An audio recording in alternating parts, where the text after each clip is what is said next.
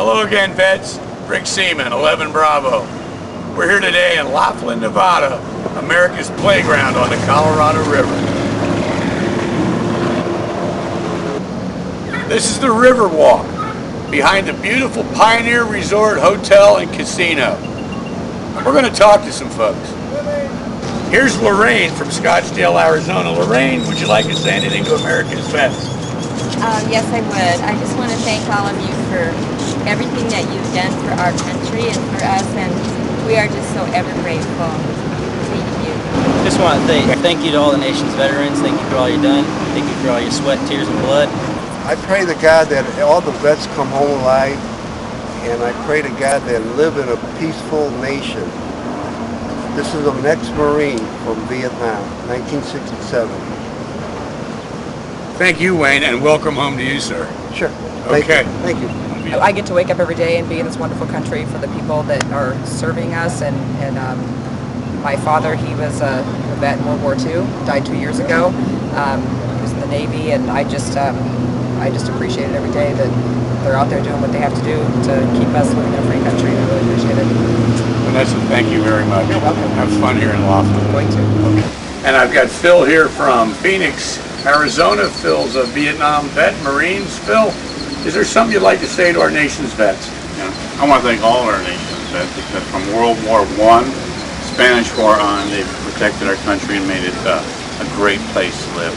And even now, our veterans that are fighting wars keep us safe and make the world a safe place to live. I really appreciate it. Thank you, Phil, and welcome home and have a great day in Laughlin. This is Francisco from Puerto Rico. Francisco, anything you'd like to say to our nation's veterans? I would like to say that I am very proud of all of the nation of the veteran of this nation, and thank you very much for what you are doing right now.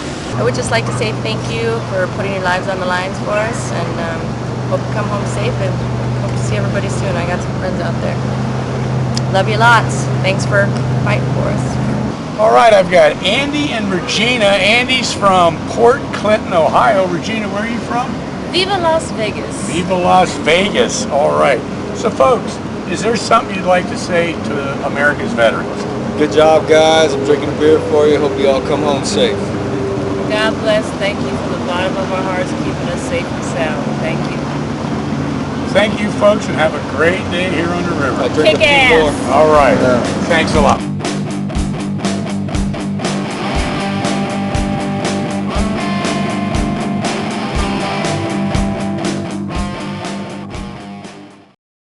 Rick Seaman here for 11 Bravo.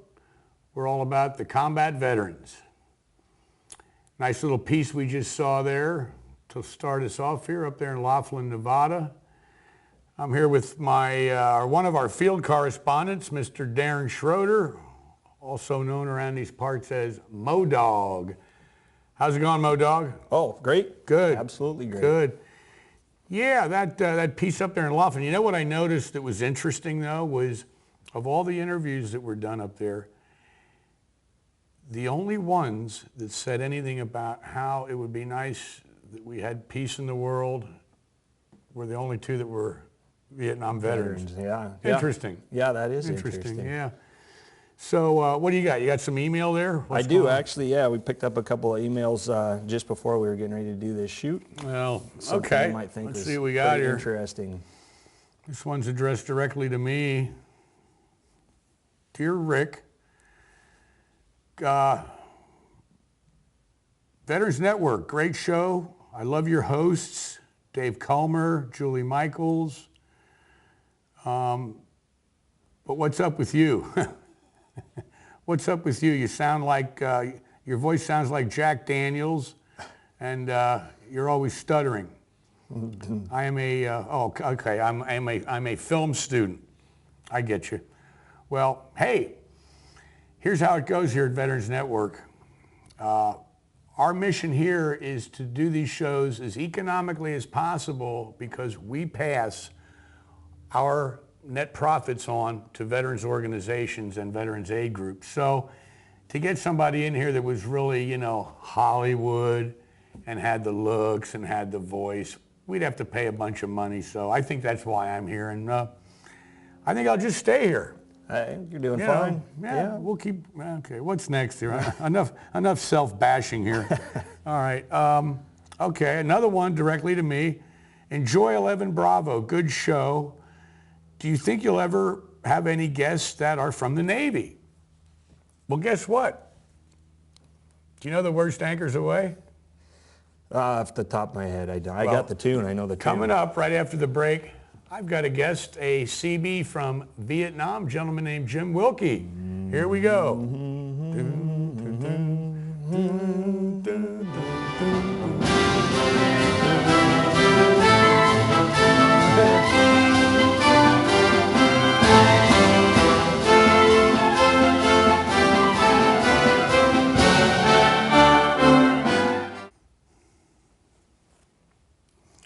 We are back, 11 Bravo, and I'm now joined with my guest, Mr. Jim Wilkey.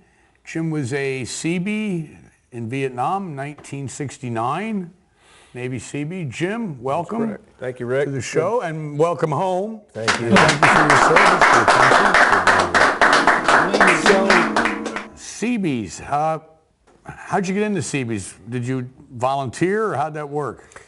Well, I'll try and make a long story short, but yeah, I originally wanted to be a helicopter pilot in the Army, and you had to have at least 2 years of college, and I was sick of school.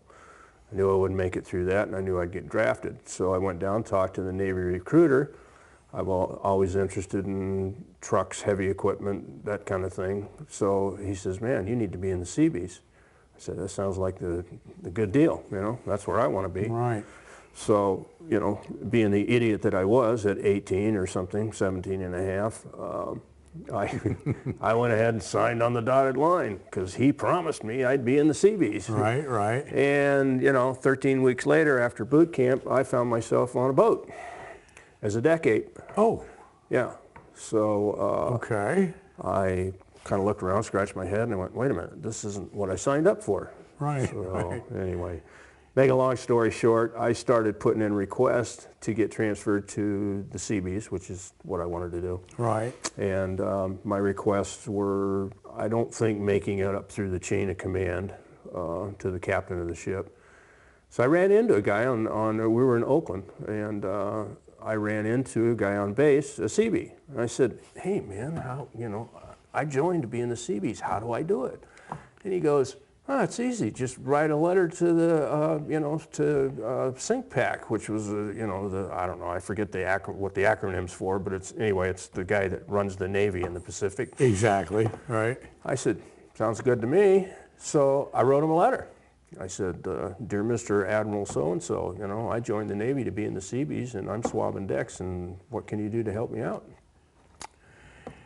Needless to say, about 3 weeks later, I got quite a rude awakening in the morning from the first lieutenant of the ship, and he drugged me up to his chambers. Yes. And he said, do you realize that you just jumped about 14 chains of command? Wow. And I went, is that bad? And he went, yeah, when I'm done with you, you know, you'll serve your time in the brig. Oh, no. Yeah, the guy was, I mean, Oh, he was hot to trot. Anyway, long story short again, about 3 weeks later, orders came down. I was off the boat and on my way to Port Hueneme to equipment operator school. Seabees. There you go. Yeah. So maybe somewhere somebody said, hey, if this guy can figure out how to jump 14 chains of command, he should be a Seabee. Yeah. Yeah. Yeah, you know, it's the old Marine Corps, you know, adapt and overcome. Adapt and overcome. There you go. Yeah. Great. So it was an interesting journey, but Yeah. I got there.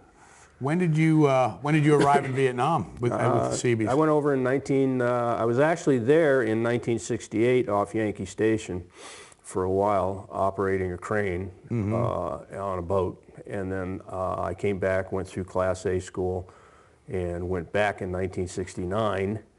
And late 1969, came home in early 1971. Great. Yeah. So you were in I Corps. I was in the I Corps. I Corps. Yeah. Yeah. Da Nang. Da Nang. Most of our field of operations were up on the DMZ a lot. Quang Tri, yeah. Quaviet, those kind of things. We worked out Right. of Hue a little bit. Our main camp was Camp Eagle in Fubai, which was basically the 101st Airborne. So we had a main camp there that we would operate out of, but you very rarely were ever there. Right. Most of our stuff was out in the bush. Right. And in tradition with our show here, 11 Bravo, combat vets, the Seabees weren't just building stuff, they were always building stuff in hot zones. Oh yeah. Yeah, and so I'm sure you saw some action. Yeah, we did. Not as much as a lot of the guys over there, obviously. I mean, the Marines and the Army had it a lot tougher than we did in terms of, patrols and in the bush all the time. Right. And coming out. But yeah, we did. One of my primary jobs, I was a dozer operator mostly, and it was going in and clearing out a lot of times hot LZs. Right. I did a little research on the Seabees before you got here today, and some historical things about the Seabees, and I learned that the Seabees were one of the first American units to set foot in Vietnam. That's an interesting fact, yeah. 1954. They were actually involved with the evacuation of refugees when the French were there fighting. Yeah, that's amazing. Isn't it? Yeah. So I had no idea. Yeah. Let's talk some more about it. We're going to take a break, and we'll be right back. 11 Bravo. Jim Wilkey.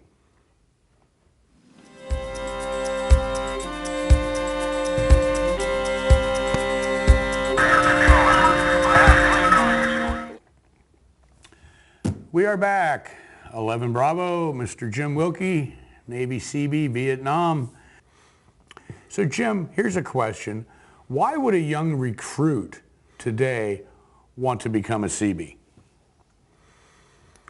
Well, it was a good outfit to be in. And plus you come out with a skill. I mean, you are trained, If you go in and you go through their schools, if you're an equipment operator, you come out, you're an equipment operator. You're the real deal. I mean, you do have a vocation. Right. It was a good outfit, Right.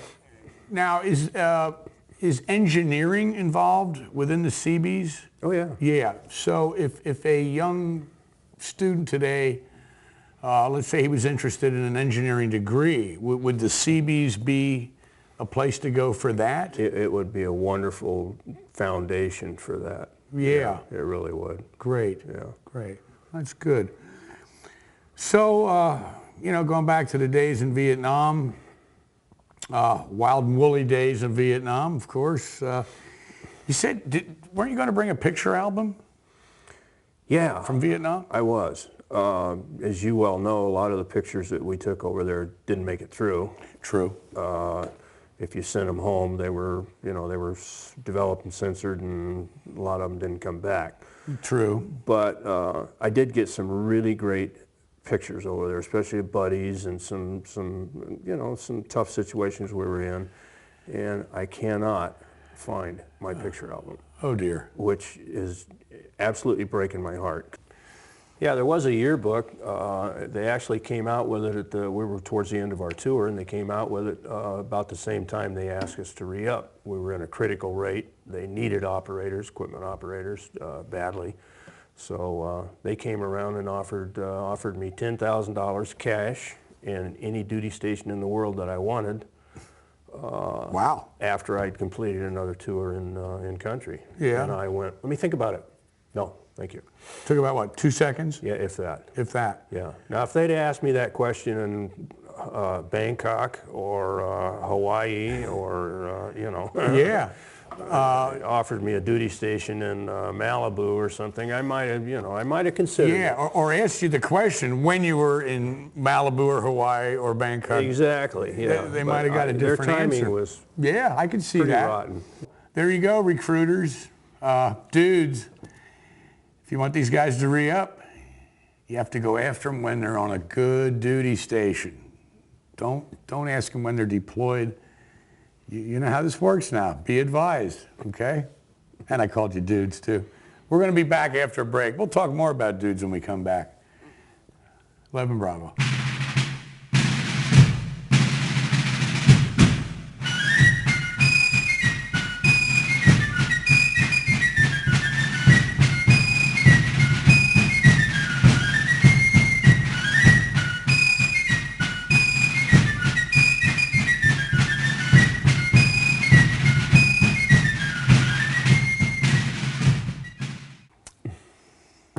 We are back with Jim Wilkey. So about dudes, you ever been overduded when somebody just tries to dude you to death? Oh, dude, let me tell you, man, it is horrible. Yeah. Wow. I mean, I think my most overduded experience came about 20, 30 years ago. And I had a pickup truck, and this tow truck guy was putting a hook on it, getting ready to tow me away for some trivial reason. And I pleaded my case, and he's giving me, yeah, but dude. I said, hey, don't dude me anymore. And he kept duding me, and he's got this thing ready to hook. He's got it halfway hooked up. I jumped in my pickup, because you didn't need keys. It had toggle switches. And I started that sucker up, crammed it in reverse, and did a major burnout in reverse, and unwound every foot of his cable, and then snapped it right at my front bumper, fortunately, and I just drove up to him. And this guy, it's like he's in shock, awe, and silent rage. Just his jaw is down here, and I just said, you gotta stop duding people, man. And I just drove away. Great story, Rick. Oh my God. Don't overdude. So, Jim, after Vietnam and after the Navy, speaking of, ramming trucks and breaking cables and all that wonderful stuff, you found your way into the Hollywood stunt business. I did. Very good. How did that come about? Tell us. I just sort of fell into it. Sorry, I know. Old joke. Yeah. I actually got in driving trucks. You couldn't just walk up and say, hey, I want a job as a stuntman and get hired. Right. It was a very, very close-knit community, as you well know. And there was very few opportunities to get in. Right. So I got a job hauling horses out of a place called Randall Ranch in Newhall, because they were still doing quite a few Westerns. And the guy that owned the place, Phil Rutherford, when I went in to ask for the job, he goes, well, you know what? He says, there's nobody can drive my trucks. He had these old GMC gas rigs with 5 and 4 transmissions in them. And he says, nobody can drive my trucks. And I said, well, sir, if you give me an opportunity, let me take you for a ride. I took him for a ride, came back, got hired. There you go. That was part of my experience from the Navy. From the Navy, from the Seabees. There you go. There you go. So anyway, I worked as a horse truck driver for about a year, maybe a year and a half, and just got to meet some of the stunt guys, and just sort of segued my way into doing stunts from there. And Jim, you're a specialist with trucks and cars and buses, some of these big shows where you see buses jumping through the air and semis flipping over and blowing up. Mm-hmm. In most cases, that's Mr. Jim Wilkey Got a lot at the helm. A lot of cases, yes, it is. Yeah, well, that's great. And here again, you can take it back to your experience with the Seabees. Oh, definitely. Heavy equipment, big trucks, big rigs. You want to wreck something big, you call me, right? Well, yeah. The thing of it is that, as you well know, if you go on a set, let's say there is a piece of equipment there, or a big rig, or a bus, or something. They're all different.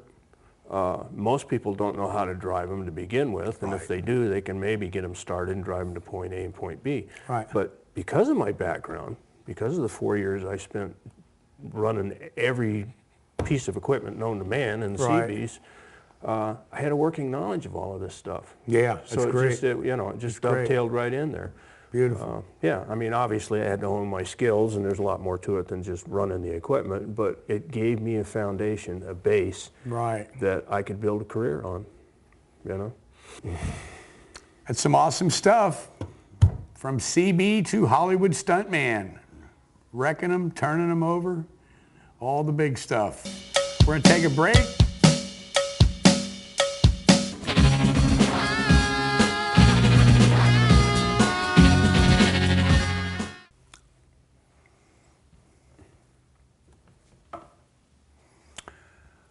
We are back, 11 Bravo.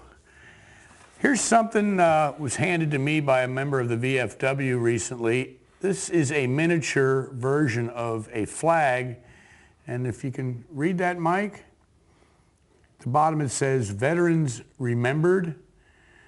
There's some California branches of the VFW who are pushing to get this flag approved by Congress as a chartered flag of the United States.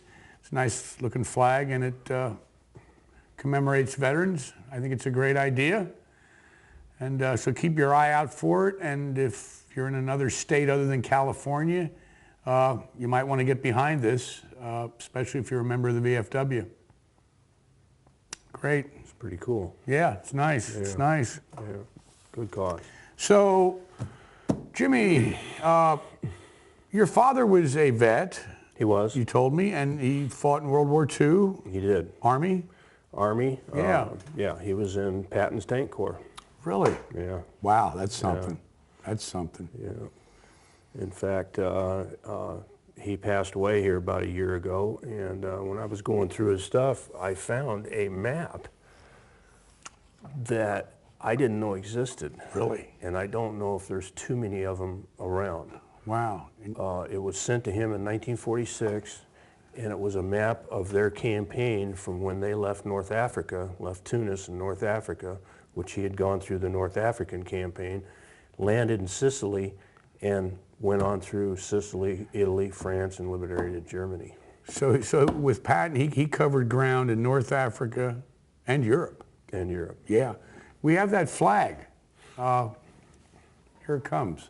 Map. What I Said flag. I said flag. It's a map. It is a map. It is a map. Here. And I just thought this was way cool. It is. I Look at don't- this. I don't know. Unfortunately, I didn't discover it until after he passed away. Oh, really? Can you imagine the stories The stories that would have went with this, that yeah. I could have gotten out of him? Because, Wow. you know, like most veterans, and especially World War II vets, they didn't talk a lot about the war. True, You true. know, you had to get them about half drunk and ply a story out of them. Sure. But if I'd have had this map when he was still alive, I could have went, geez, Dad, what about that battle right there? Right, Or what about right. this battle? Or what happened when Yeah. they were landing in Sicily? This is, and the red line is the whole campaign the trail. red line, that's Wow. their trail, starting at Tunis and coming across here through Palermo, up through Naples, Rome, and then they went on into France. Yeah. And Covered then- some major ground. Yeah, and then on into Germany. Wow. That's pretty awesome. isn't That it? is awesome. That is awesome. I don't know if there's a lot of these maps in existence. What we can do is, to our viewers out there watching, or if you know anybody that might have a map like this, please contact us, and we can get in contact with Jim. And I'd love to, yeah. Yeah. I'd love to. This is the 753rd Tank Battalion, right, and this map was from the July 10th, 1943, when they landed in Sicily, to May 1945. amazing times and amazing journey. Yeah. Wow. Yeah. That's really something. It's too bad that the stories Yeah. that could have been told here True. didn't get told. Here, we'll take this. Thanks, Murdoch. You know, Rick, speaking of VFW, there's something I got to tell you. So, just how great these guys are. We all, you know, over the years, we'd go and drink in the VFW halls and stuff, and I always thought of it as a place for, you know, old guys to get together and have a beer and tell war stories, you know. Right, right. There's so much more than that. Yeah. My dad passed away a little over a year ago, and in Santa Paula, California. And I went to the funeral director and I said, you know, my dad was a veteran. Is there a local, like VFW post or something, that you think they would send a couple of guys out, maybe with just, you know, an American flag, and just to kind of represent the fact that Dad was a veteran, you know, and actually a decorated veteran. And he says, I think I can, I can call the local post. I know those guys. We've done this before. I had no idea. I'll try and get through this. We're with you. We're with you. It was so awesome. When I got there, they were already there. They had the flag draped over the coffin. There must have been 40 VFW members from World War II to the Iraqi War, all in, you know, the VFW thing, but all with their division patches and everything. Right. They had a full 21 gun salute. Wow. The guy got up and somehow he got a hold of my dad's records. I guess they have a way to do that, you know. Okay. Yeah, yeah. He read off a litany of the campaigns that my dad was in and the medals he had and this and that. And and then the lady, the preacher we had, played Amazing Grace. I got through that. Yeah. Okay. But when these guys came out and stood at attention, and I'm sorry. It's okay. This really breaks me up. Stood at attention and gave him a 21 gun salute. And played taps. I fell apart. Yeah. I just fell apart. Yeah. Anyway, I couldn't believe that these guys did that.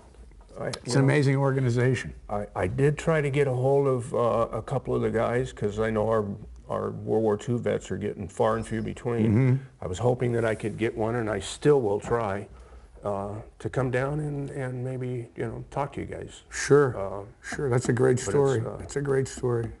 Yeah, it was just. You weren't expecting it. I had no idea. Wow. It's Yeah. totally blew me away. That had to be something. Yeah. Great stories about great veterans. That's what we do here. This is Rick Seaman for 11 Bravo, and I would like to thank our guest Jim Wilkey for sharing all this with us. Rick, Jim, thanks for having me. thank you for being here, and It was a pleasure. we'll stay in It was a touch. pleasure. We'll be right back.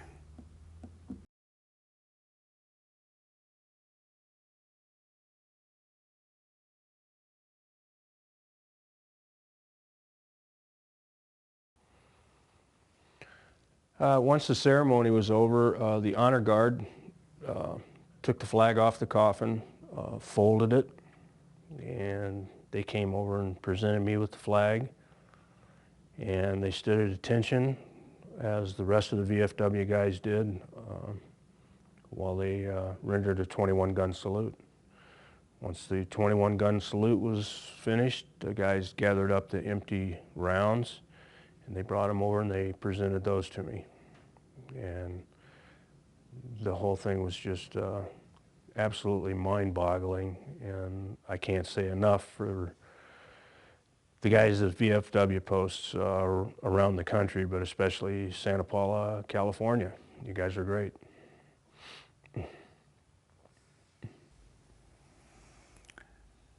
That was Jim Wilkey, real nice guy, Navy vet, Hollywood stuntman. And, you know, a lot of memories, especially with us vets, some good, some bad, and some emotionally painful. And on that subject, I've learned recently that the network is now involved with some new studies on PTSD. So stay tuned. Look for some news shows coming up on that subject. Also on our new C4 panel discussion show as we move you on into that area here in the future. So for now, it's time to hit the trail. Rick Seaman, 11 Bravo. Ki Malu.